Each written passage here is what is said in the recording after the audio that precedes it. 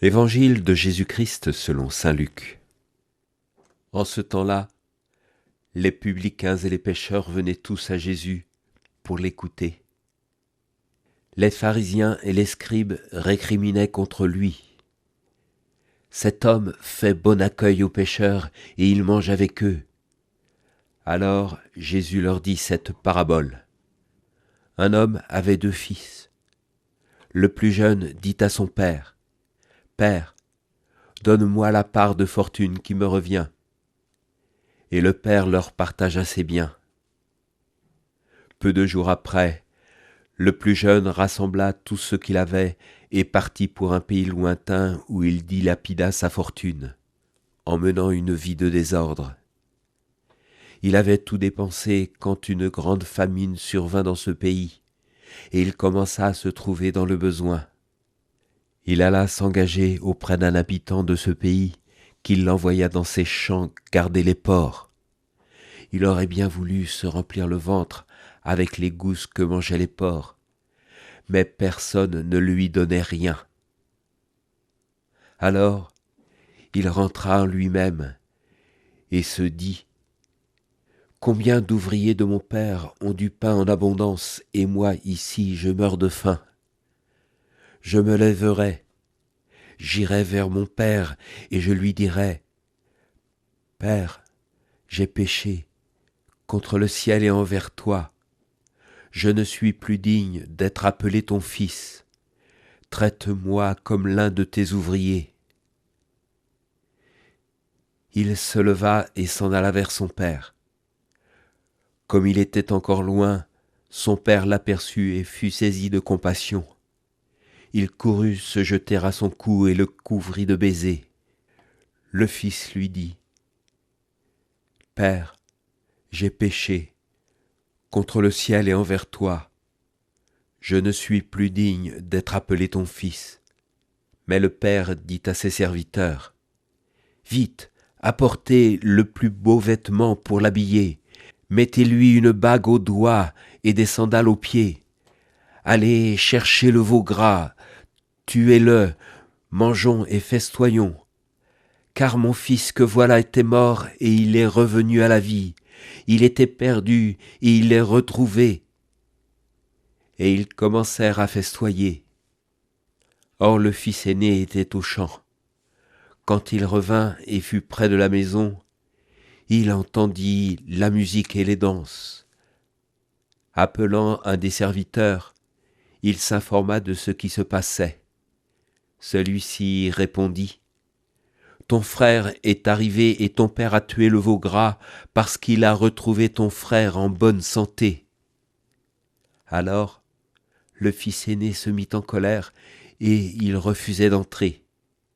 Son père sortit le supplier, mais il répliqua à son père, « Il y a tant d'années que je suis à ton service sans avoir jamais transgressé tes ordres, et jamais tu ne m'as donné un chevreau pour festoyer avec mes amis.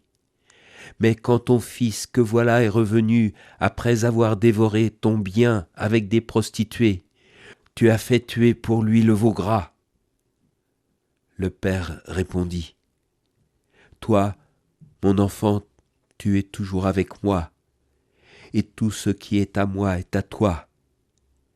Il fallait festoyer et se réjouir, car ton frère que voilà était mort, et il est revenu à la vie. Il était perdu, et il est retrouvé. »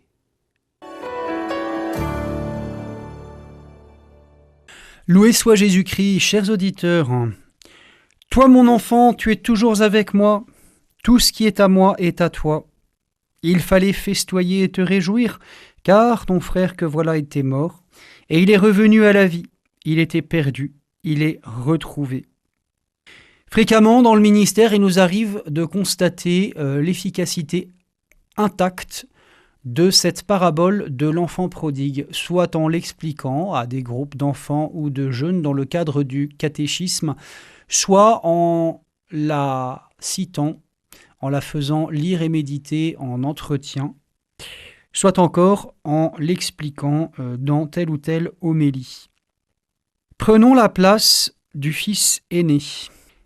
Il est bien ce fils aîné, il est fidèle à son père, il habite la maison de son père, il n'en est pas sorti, il remplit ses tâches avec zèle, il est exact, travailleur, et, forcément, comme nous tous, il se compare. Mais nous le savons, il y a des comparaisons qui sont avantageuses et d'autres qui ne le sont pas dans la vie chrétienne. Cette comparaison avec le sort de l'enfant prodigue, de son petit frère, est la source de son dépit, de sa tristesse, de sa colère et de son envie. Le voilà qui ne s'occupe plus que de lui, qui se referme et qui refuse de prendre part à la réjouissance générale. Cette parabole est au cœur de l'évangile de Saint Luc et avec la drachme perdue et la brebis égarée, elle nous donne 3 grandes figures de la miséricorde divine. Rappelons-nous que dans l'Église, que chez les saints eux-mêmes, il y a eu des fidélités de la première heure, dès les tout débuts de la vie.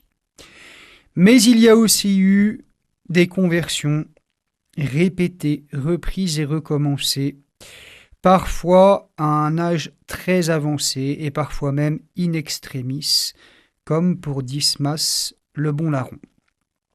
Eh bien, il faut se réjouir de cette variété des âmes, il faut se réjouir des uns et des autres, parce que ces différentes variétés de convertis manifestent la même miséricorde de Dieu, on pourrait dire les 2 mains de la miséricorde. Par une main, la miséricorde divine va rechercher ce qui était loin de Dieu, loin de la vérité, endurci, enfoncé dans l'erreur, le péché, le désordre. De l'autre main, la miséricorde préserve, elle garde dans l'humilité, elle fait avancer et progresser ceux qui déjà sont entrés dans la vie de la grâce. Et il est très heureux que les 2 mains se croisent parfois, et cela se fait d'ailleurs au sein de nos groupes d'amis, au sein de nos groupes chrétiens, au sein de nos paroisses, de nos communautés de fidèles.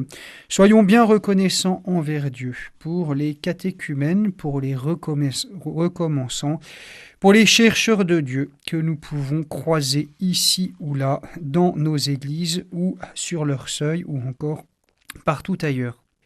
Il y en a qui cherchent Dieu, oui, et qui frappent à la porte de nos cœurs, de nos paroisses, de nos maisons. Eh bien, sachons les accueillir et leur partager ce trésor du Christ, du salut, de la vie éternelle et des sources authentiques de la vie chrétienne. Apprenons à le faire sans envie, en n'ayant pas l'œil mauvais, parce que Dieu est bon, qui travaille déjà leur cœur. Et puis n'oublions pas quand même de prendre au moins une fois d'ici la fête de Pâques l'autre place, la place du Fils prodigue. Et cette place, nous la reprenons chaque fois que nous avons recours au sacrement de pénitence et de réconciliation. Chaque fois que nous faisons une bonne confession, c'est effectivement le rendez-vous que nous indique l'Église sur le chemin de Pâques, la bonne confession sacramentelle qui fait de nous réellement des fils prodigues, et nous pouvons à ce moment-là entendre pour nous-mêmes les mots du Père.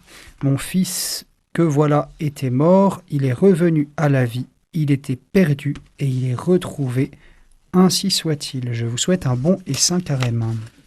L'évangile du jour était commenté par le père Alexis Garnier, prêtre de la Fraternité Saint-Pierre et coopérateur à la paroisse Saint-Clément à